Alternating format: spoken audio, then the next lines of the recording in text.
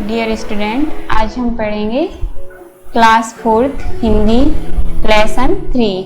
Lesson का नाम है द्रौपदी की भूल। एक कड़वे वचन के कारण एक महायुद्ध हुआ था, क्या आप जानते हैं?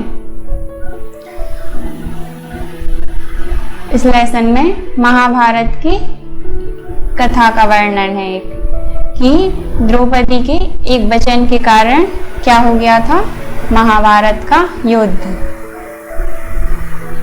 तो इस लेसन में इसी के बारे में बताया गया है कि आप किससे किस प्रकार बोलते हैं। इस लेसन में द्रौपदी के ऐसे वचन थे, उसने ऐसा बोला दुर्योधन से जिसके कारण महाभारत का युद्ध हुआ।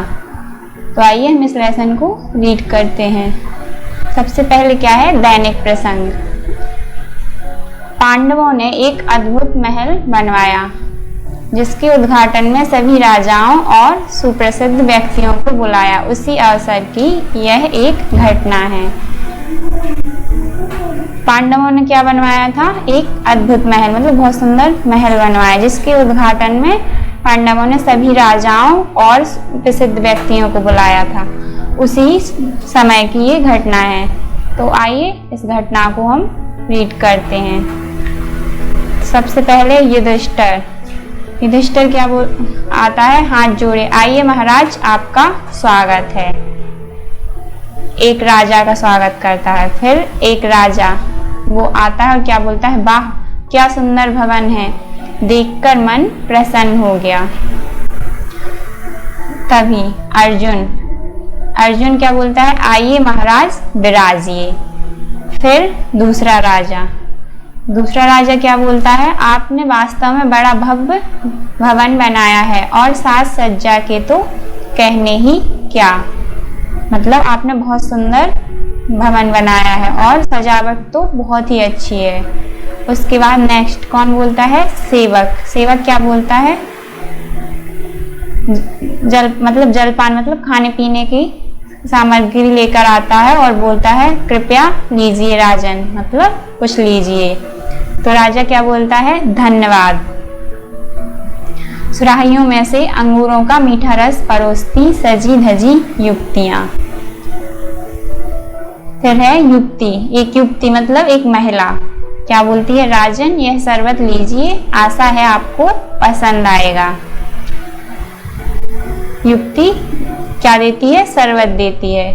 तो राजा क्या बोलता है, ठीक है, पर पहले जरा जी भर के इस महल की सुंदरता को तो देख लें। राजा क्या बोलता है, ठीक है ले लेंगे, लेकिन पहले महल की सुंदरता को तो जी भर के देख लें। यहाँ पे आपको दिखाई दे रहा है पिक्चर्स में कि महिलाएं किस तरह शरबत पिला रही हैं राजाओं को। उसके बाद है एक राजा क्या बोलता है, वाह क्या कारीगरी की। एक राजा दूसरे राजा से बोलते हैं, वाह क्या कारीगरी की गई है, दरवाजों पर छत पर बने मोर कितने सजीव हैं और बाहर संगमरमर के बने पशु पक्षी और फव्वारों में प्रकाश की व्यवस्था कितनी सुंदर। प्रकाश मतलब रोशनी की, उजाले की व्यवस्था कितनी सुंदर है। महल का वैभव देखकर आंखें चकाचौंध हो रही हैं। वैभव मतलब सुंदरता, देखकर आंखें क्या हो रही हैं, चकाचौंध हो रही हैं। तभी दुर्योधन का प्रवेश, मतलब तब कौन आता है, दुर्योधन वहां आता है। कृष्ण, आइए महाराज स्वागत है, चलिए आपको महल दिखाएं। कृष्ण क्या बोलते हैं, आइए महाराज, किससे बोलते हैं, दुर्योधन से, आइए महाराज स्वागत है, चलिए आपको महल दिखाएं। दुर्योधन बोलता है, महाराज आप अन्य अतिथियों को देखिए, महल में स्वयं देख लूंगा। तो कृष्ण बोलते हैं, जैसी आपकी इच्छा। दुर्योधन अपने साथी से इन पांडवों ने तो कमाल ही कर दिया, इतना सुंदर महल की पलक झपकाने को भी जी नहीं चाहता। देखो ध्यान से, आगे सफेद फर्श पर पानी है, मैं तो अपनी धोती कुछ ऊपर कर लूं, नहीं तो भीग जाएगी। और धोती घुटनों तक उठाता है। दुर्योधन अपने साथी से ऐसा बोलता है और अपनी धोती को घुटनों तक उठाता है। एक सेवक दूसरे सेवक से बोलता है, महाराज दुर्योधन को तो पता नहीं कि वहां पानी नहीं, कुछ ऐसी कारीगरी की गई है कि पानी दिखाई पड़ता है। मतलब एक सेवक दूसरे सेवक से बोलता है कि महाराज दुर्योधन को तो पता ही नहीं कि वहां पानी नहीं और कुछ ऐसी कारीगरी है कि पानी जैसा दिखाई पड़ता है। दुर्योधन कौन थे? वो तो अंधे थे, उन्हें कैसे दिखाई देता? तभी परकोटे से देखकर द्रौपदी हंसी उड़ाते हुए, मतलब द्रौपदी एक कोने से झांकती है और हंसी उड़ाती है दुर्योधन की। द्रौपदी बोलती है, देखो ना सखी, जहाँ पानी नहीं है वहां भी इसे पानी दिखता है, आखिर अंधे का बेटा अंधा। हंसती है द्रौपदी, उसकी हंसी उड़ाती है और बोलती है, देखो ना सखी, जहाँ पानी नहीं है वहां भी इसे क्या दिखाई दे रहा है? पानी। और अंधे का बेटा अंधा बोलकर उसकी हंसी उड़ाती है। तभी दुर्योधन चिल्लाकर बोलता है, क्या कहा तूने? अंधे का बेटा अंधा? बहुत घमंड है ना तुझे अपनी शान शौकत पर और पतियों पर। मैं शपथ लेता हूँ कि मैं तुम्हें दर दर का भिखारी बना दूंगा, तब तुम्हें अपनी भूल का एहसास होगा। द्रौपदी उससे चिल्लाकर ऐसे बोलता है।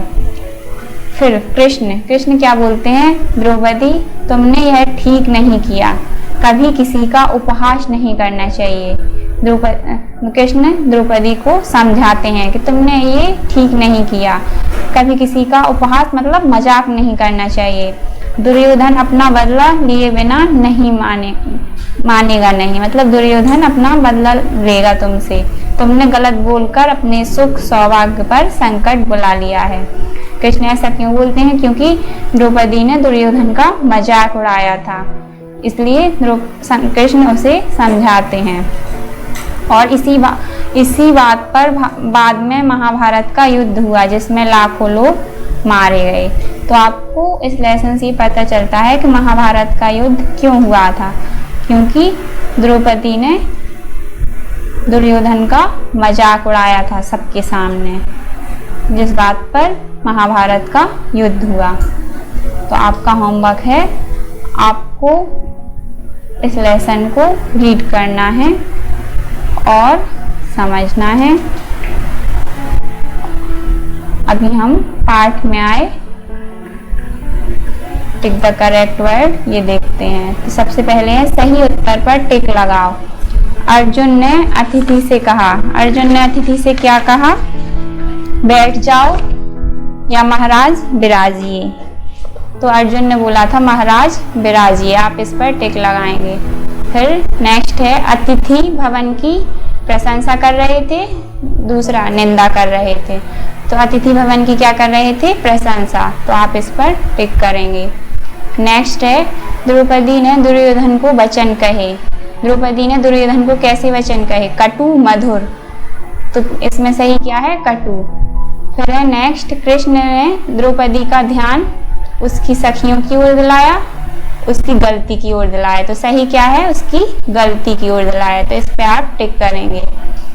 उसके बाद है नेक्स्ट, किसने कहा चलिए आपको महल दिखाएं? ये किसने कहा था? कृष्ण ने। नेक्स्ट है मैं तुम्हें दर दर का भिखारी बना दूंगा, ये किसने बोला था? दुर्योधन ने। उसके बाद है आखिर अंधे का बेटा अंधा, ऐसा बोल के किसने मजाक उड़ाया था उसका? द्रौपदी ने। फिर उसके बाद है नेक्स्ट, छत पर बने मोर कितने सजीव हैं, ये किसने कहा था? एक राजा ने। तो इनको आप कंप्लीट कीजिए। उसके बाद है सत्य कथनों के आगे राइट तथा असत्य कथनों के आगे रॉन्ग लगाओ। तो सबसे पहले है का, कौरवों ने एक बहुत सुंदर महल बनवाया था, ये क्या है? गलत है। किसने बनवाया था महल? पांडवों ने।